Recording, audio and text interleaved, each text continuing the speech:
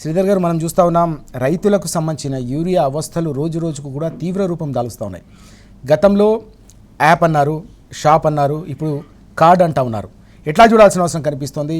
అటు యాప్లో షాప్లో యూరియా దొరుకుతలేదని చెప్పేసి రైతులు ఆవేదన వ్యక్తం చేస్తున్న నేపథ్యంలో కొత్తగా యూరియా కార్డు ఉంటేనే మేము యూరియా ఇస్తాం, దాంతో పాటుగా దాంట్లో అన్నీ కూడా నమోదు చేసుకోవాలి, మీరే ప్రింట్అవుట్ తీసుకోవాలి, దాన్ని పూర్తిగా సమర్పించిన తర్వాత మాత్రమే మీకు యూరియా దొరుకుతుందని ప్రభుత్వం కొత్తగా తీసుకొస్తున్న ఈ కార్డు అంశాన్ని ఎట్లా చూడాల్సిన అవసరం ఉంది? రైతులకు అవసరమైన యూరియా సరఫరా చేయలేక ప్రభుత్వం వేస్తున్న పిల్లి మొగ్గలు ఇవన్నీ. కాలయాపన కోసం కొత్త ఎత్తుగడలు ఇవన్నీ. ఈ యాప్ అన్నారు, వ్యవసాయ శాఖ దాని అనుబంధ శాఖలు ఉంటాయి, వాటికి సంబంధించిన అధికారులు ఉంటారు. ఎంతో కసరత్తు చేసిన తర్వాతే ప్రభుత్వం ఒక విధానాన్ని ముందుకు తీసుకొస్తుంది. దాని ప్రకారం ఒకే యాప్ అనేది తెచ్చారు. అప్పుడే చాలా విమర్శలు వచ్చాయి. ఎంతమంది రైతులు సెల్ ఫోన్ వాడతారు, ఎంతమంది రైతులకు యాప్ ఆపరేట్ చేసే పరిజ్ఞానం ఉంటుంది, ఇది సాధ్యం కాదు, ఇది సమంజసం కూడా కాదని చెప్పేసి చాలా విమర్శలు వచ్చాయి. కేసీఆర్ గారు ప్రభుత్వంలో ఉన్నట్టుగా యథావిధిగా రైతులు ఎంత అవసరమైతే అంత ఎరువుల్ని దుకాణాలకు వెళ్ళి కొనుక్కొచ్చుకునే పరిస్థితి కల్పించాలి తప్ప ఇతరత్ర మార్గాలు ఏవి కూడా అభిలషణీయం కాదు అని చెప్పారు. మనం చూసాం పోయిన సీజన్లో కూడా, వర్షాకాలం సీజన్లో అవే క్యూలు, అవే తోపులాట్లు, అవే ఎరువుల షాపుల మీద మూకుమ్మడి దాడులు, అదే పోలీసులు లాఠీ చార్జీ, చెప్పులు పెట్టడాలు, ఆధార్ కార్డు పెట్టి క్యూలో పెట్టి వెళ్ళిపోవడాలు, ఇవన్నీ మనం ఆ దృశ్యాలను చూసాం. కానీ అప్పటికైనా బుద్ధి తెచ్చుకుని ప్రభుత్వం ఒక పకడ్బందీ ప్రణాళికతో రైతులకు ఎరువులు అందించే ప్రయత్నం చేస్తే బాగుండేది. ఈ రైతులకు ఎరువులు అందించడం అనేది ఇది కాలయాపన చేసే వ్యవస్థ కాదు. టైంకి అందాలి. ఎప్పుడో అంతా పుణ్యకాలం గడిచిపోయిన తర్వాత రైతుల చేతిలో ఎరువు బస్తా పెడితే ఏమి చేసుకోలేడు. కాబట్టి ముందస్తు జాగ్రత్త ఉండాలి. కేసీఆర్ గారి ప్రభుత్వంలో 10 ఏళ్ళు ఎరువుల కొరత ఎందుకు జరగలేదంటే,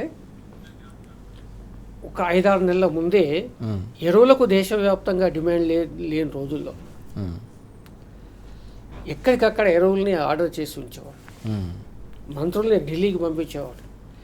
అక్కడ ఉండి ఆ ఎరువుల బస్తాలన్నీ ట్రైన్లలో ఎక్కించిన తర్వాత, గూడ్స్ బండిలో ఎక్కిన తర్వాత మంత్రులు వెనక్కి రావాలి. అంతవరకు రావడానికి లేదు. ఆ కట్టడి చేశారు కేసీఆర్ గారు. ఇక రెండవది ఏంటంటే, చాలా తెలివిగా ఒక సీజన్లో గోడౌన్స్ అన్నీ ఖాళీ అయిపోతాయి. ధాన్యానికి సంబంధించిన వాడు రకరకాల అమ్మకాలు కేంద్రం కానీ రాష్ట్రం కానీ కొనుగోలు చేస్తూ ఉంటే ఖాళీ అయిన గోడౌన్లు మళ్ళీ ధాన్యం వచ్చేంత వరకు ఖాళీగా ఉండడం ఎందుకని చెప్పేసి కేసీఆర్ గారు చాలా తెలివిగా ఎరువుల బస్తాలతో నింపేశారు. స్టాక్ పెట్టుకున్నారు దగ్గర. ఓకే, ఇంత అవసరం ఉంది. ప్రభుత్వం ఏం చేయాలంటే ఒక అధ్యయనం చేయాలి. రైతులు ఎంతమంది ఉన్నారు, వ్యవసాయ భూమి ఎంత ఉంది, ఎంత ఎరువులు అవసరం అవుతాయని ఉజ్జాయింపుగా ఒక లెక్క అనేది ఉండాలి. అసలు ఆ దృష్టే కనిపించట్లేదు రేవంత్ రెడ్డి గారి ప్రభుత్వంలో. ఒక రైతు కూలీ క్యూలో ఉన్నాడంటే అర్థం ఏమిటి? ఒక పనిదినం వృధా అయినట్టే. అట్లా లక్షలాది మంది రైతుల పనిదినాలు వృధా అవుతుంటే మీ పనికిమాలిన పథకాలు, పనికిమాలిన మీ పరిపాలనలో మరి ఆ నష్టాన్ని ఎవరు భర్తీ చేయాలి? ఒకరోజు ఒక రైతు ఒక రోజు నష్టపోయాడంటే ఆ భర్తీ ఎవరు చేస్తారు?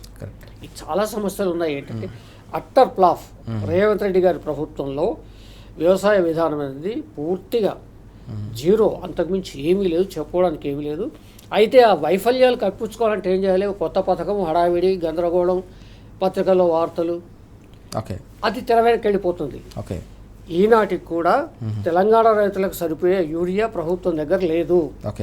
అసెంబ్లీ నడుస్తుంది కాబట్టి వ్యవసాయ శాఖ మంత్రి క్షమాపణ చెప్పి రైతులకి ఇప్పటికైనా తగిన జాగ్రత్తలు తీసుకొని రైతులను ఆదుకునే ప్రయత్నం చేయాలి తప్ప మీనమేషాలు ఎక్కించుకుంటూ కూర్చుంటే పంటలు నష్టపోతారు, రైతులు నష్టపోతారు, దేశం నష్టపోతుంది, రాష్ట్రం నష్టపోతుంది. చర్చలో మనతో పాటు బీఆర్ఎస్ సీనియర్ నాయకులు భరత్ గారు జాయిన్ అవుతున్నారు. భరత్ గారు నమస్తే. భరత్ గారు, మనం చూస్తున్నాం శ్రీధర్ గారు చెప్పినట్టుగా వ్యవసాయం తీవ్ర స్థాయిలో సంక్షోభంలోకి కూరుకుపోయే పెను ప్రమాదం పొంచి ఉందనే అంశం మనం చూసినాం 10 ఏళ్ల పాటు ఎక్కడా కూడా ఎప్పుడూ కనీసం ఒక్కసారి కూడా యూరియాకు సంబంధించిన కష్టాలు ఎదురుగాని పరిస్థితి. ఈ మధ్యకాలంలో తీవ్రమవుతున్న సందర్భం కొత్తగా ఈ కార్డ్ అని తెరపైకి తీసుకొస్తున్న అంశం యూరియాకు సంబంధించి ఎట్లా చూడాలి, దీనివల్ల రైతులకు జరిగే నష్టాన్ని ఎట్లా చూడాల్సిన అవసరం? ఇప్పుడు మీరు ఒక విషయాన్ని శ్రీధర్ గారు అనేక విషయాలు చెప్పినారు. వాటితో పాటు ఇంకొక విషయం ఒకటి స్పష్టంగా అర్థమయ్యేది ఏంటంటే, పరిపాలన అంటే యథాలాపంగా చేసే కార్యక్రమం కాదు. పరిపాలన అంటే దూరదృష్టి ఉండాలి. రాబోయే సమస్యలు ఏంది, ప్రజలకి సుమారుగా 4 కోట్ల జనాభా ఉన్న ఈ రాష్ట్రంలో పరిపాలన అంటే ముఖ్యంగా రైతాంగానికి వచ్చేవరకే దానికి ఒక సీజన్ ఉంటుంది. ఆ సీజన్కి ఎప్పుడు ఎంతమంది వ్యవసాయం చేస్తున్నారు, తర్వాత దానికి ఏమేమి సమకూర్చాల్సిన అవసరం ఉన్నది, ప్రభుత్వంగా బాధ్యత ఏమున్నది, వీటన్నిటిని దృష్టిలో పెట్టుకొని చేస్తే అట్లా ఆర్గనైజ్డ్గా పోతేనే ఇవన్నీ కూడా అందుబాటులోకి వస్తాయి. రైతుకి కావాల్సిన ఇన్పుట్స్ ఏదైతే ఉన్నాయో ఆ ఇన్పుట్స్ అందుబాటులో పెట్టకపోతే రైతు ప్రకృతి ఏదైతే ఉన్నదో ప్రకృతి ఒక గ్యారంటీ లేని వ్యవహారం. వర్షం కానివ్వండి, గాలి దుమారాలు కానివ్వండి, రాళ్ల వానలు కానివ్వండి, వీటన్నిటినీ ఎదుర్కొని వ్యవసాయం చేయడానికి సిద్ధపడ్డ రైతుకి కనీస బాధ్యత ప్రభుత్వానికి ఏంటండి? కనీస బాధ్యత ఏంటంటే సమకూర్చాల్సిన ఇన్పుట్స్ అవుతున్నావు వాటిని సరైన సమయంలో సమకూర్చాలి. తర్వాత ఇంకొక విషయము, ఈ రకమైన గుంట చిక్కులన్నీ పెట్టి రైతులను ఇబ్బంది పెట్టే కార్యక్రమం ఏదైతే జరుగుతుందో పెద్ద పెద్ద ఇండస్ట్రియలిస్టులకి, తర్వాత మధ్యతరగతి ఇండస్ట్రియలిస్ట్కి, చిన్న పరిశ్రమలు పెట్టే వాళ్ళందరికీ ఈజ్ ఆఫ్ డూయింగ్ బిజినెస్ ఉండాలి అని వాళ్ళు డిమాండ్ చేస్తున్నారు. వాళ్ళకి చేతనవుతుంది. ఏదైనా ఒక ఆఫీసుకు పోవాలన్నా మాట్లాడుకోగలుగుతారు. ఎందుకంటే కొంత గొప్ప ధనం చేతిలో ఉంటుంది. తర్వాత టెక్నికల్ నోహౌ తెలిసిన వాళ్ళు, ఎక్స్పోజర్ ఉన్నవాళ్ళు, వాళ్ళే ఈజ్ ఆఫ్ డూయింగ్ బిజినెస్ ఉండాలని కోరుకుంటే, మరి గ్రామాలలో ఉండేవాళ్ళు ప్రకృతి మీద ఆధారపడి, తర్వాత ప్రభుత్వం కల్పించిన వనరుల మీద ఆధారపడి వ్యవసాయం చేసే రైతులకి ఈజ్ ఆఫ్ డూయింగ్ బిజినెస్ అవసరం లేదా? ఈ రకంగా ప్రతిరోజు ఒక సీజన్లో ఒక రైతు తన పొలానికి కావలసిన యూరియా బస్తా కొనాలనంటే ఒకసారేమో చెప్పులు లైన్లో పెట్టి అవుతుంది, ఇంకొకసారేమో యాప్ అంటారు, ఇప్పుడేమో కార్డ్ అంటారు. ఇది బాధ్యతతో చేసే పనేనా, లేకపోతే ఇది ఒక రకమైన రౌడీయిజమా? ఇది ప్రభుత్వం చేసే దౌర్జన్యం అండి ఇది రైతుల మీద. ఇది కాకుండా ఏ రకంగా ఇప్పుడు గవర్నమెంట్కి విషయం ఏంటంటే వాళ్ళకి అంచనాలు లేవు. అన్నిటికన్నా ముఖ్యంగా రైతులకి సహకారంగా ఉండాలనే ఉద్దేశం లేదు. మీరు ఈ ఒక్క విషయంలోనే కాదు, అనేక విషయాలు ఉన్నాయి రైతులకు సంబంధించి. పంట సహాయానికి సంబంధించిన వ్యవహారం ఎట్లా చేశారో మనం ప్రజలంతా చూశారు. రుణమాఫీ సంగతి ప్రజలు అనుభవించిన, రైతులు అనుభవించిన. ఇవాళ యూరియా కాడికి వచ్చేవరకే ఈ పరిస్థితి. తర్వాత నీటి వసతి ఉన్న తర్వాత కేసీఆర్ గారు కాళేశ్వరాన్ని కట్టి నీటి వసతి క్రియేట్ చేసిన తర్వాత కూడా దాన్ని ఉపయోగించుకో పరిస్థితి, తర్వాత చెక్ డ్యామ్లను కూలగొట్టే పరిస్థితి. ఇవంతా ఏంటంటే రైతు యొక్క స్థైర్యాన్ని, ధైర్యాన్ని దెబ్బతీసే కార్యక్రమం ఈ ప్రభుత్వం చేస్తాం. అది కూడా నిరాఘాటంగా, నిర్లజ్జగా, నిస్సిగ్గుగా చేస్తాం. ఎందుకు చేస్తూ ఉంది అనే దానికి కొంత నేపథ్యంలో గనుక వెళ్తే, మేము అబద్ధాలు చెప్పినాము, మేము చెప్పిన అబద్ధాలు రైతులు నమ్మినారు, ఓటర్లు నమ్మినారు, మమ్మల్ని గెలిపించినారు. ఇవాళ అబద్ధాలు తర్వాత మోసాలు ఇవాళ ప్రభుత్వానికి పాలసీ అయినది. ప్రభుత్వాన్ని నడిపించే కాంగ్రెస్ పార్టీకి వాళ్ళది పాలసీ అయింది. ఏదో ఒకటి చేయాల్సిన పని చేయకుండా ఏదో ఒకటి చిక్కులు పెట్టడం, ఆ తర్వాత ఇది కాదు అది అనడం, అది కాదు ఎనిమిది అనడం. విషయం ఏంటంటే అసలు ఏది లేదని అర్థం. అక్కడ యూరియా లేదు, యూరియా తెచ్చే సత్తా వీళ్ళకి లేదు. 10 సంవత్సరాలలో నిరాఘాటంగా రైతుకి ఏనాడు యూరియా గురించి కష్టపడని పరిస్థితిలో నుంచి ఇవాళ దౌర్భాగ్యమైన పరిస్థితుల్లోకి ఎందుకు వచ్చినామంటే వీళ్ళకి పరిపాలన ఇవ్వాలన్న కాంగ్రెస్ ప్రభుత్వానికి పరిపాలన చేత కాదు. కొంత గొప్ప చేతనైన వాడు ఎవడైనా అందులో ఉంటే వాళ్ళకి మనసు లేదు.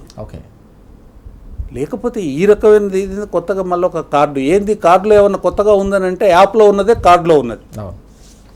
శ్రీధర్ గారు చెప్పినట్టుగా ఇప్పుడు ఈ రైతు ఇప్పుడు ఏం చేయాలంటే జిరాక్స్లు తీసుకోవడానికి తాలూకా సెంటర్లకు పోవాలి, మండల సెంటర్లకు పోవాలి. ఎంత దుర్మార్గం అండి అసలు. రైతుని ఎన్ని రకాలుగా కష్టాలకు గురి చేయడం అనేది కాంగ్రెస్కే చెల్తుంది, ఇంకెవరికి చెల్లదు. కాంగ్రెస్కి చెల్తుంది, కాంగ్రెస్ నాయకత్వం వహించే ముఖ్యమంత్రి గారు ఎవరైతే ఉన్నారో వారికే చెల్తుంది, ఓకే, ఇంకెవరికి చెల్లదు. వీటన్నిటిలో అర్థం చేసుకోవాల్సిన విషయం ఏంటంటే ఆలోచించాలి రైతులు, ఓకే, ప్రజలు ఆలోచించాలి, రైతులు ఆలోచించాలి, మేధావులు ఆలోచించాలి. ఇల్లు బీకి పందిరి ఎట్లా వేసుకున్నాం అనే దానికి ఇది ఇంతకన్నా నిదర్శనం వేరే ఉండదు. చక్కగా నడుస్తున్న వ్యవస్థని సర్వనాశనం చేసుకునే పాపానికి ఈ కష్టాలన్నీ ఫలితాలు.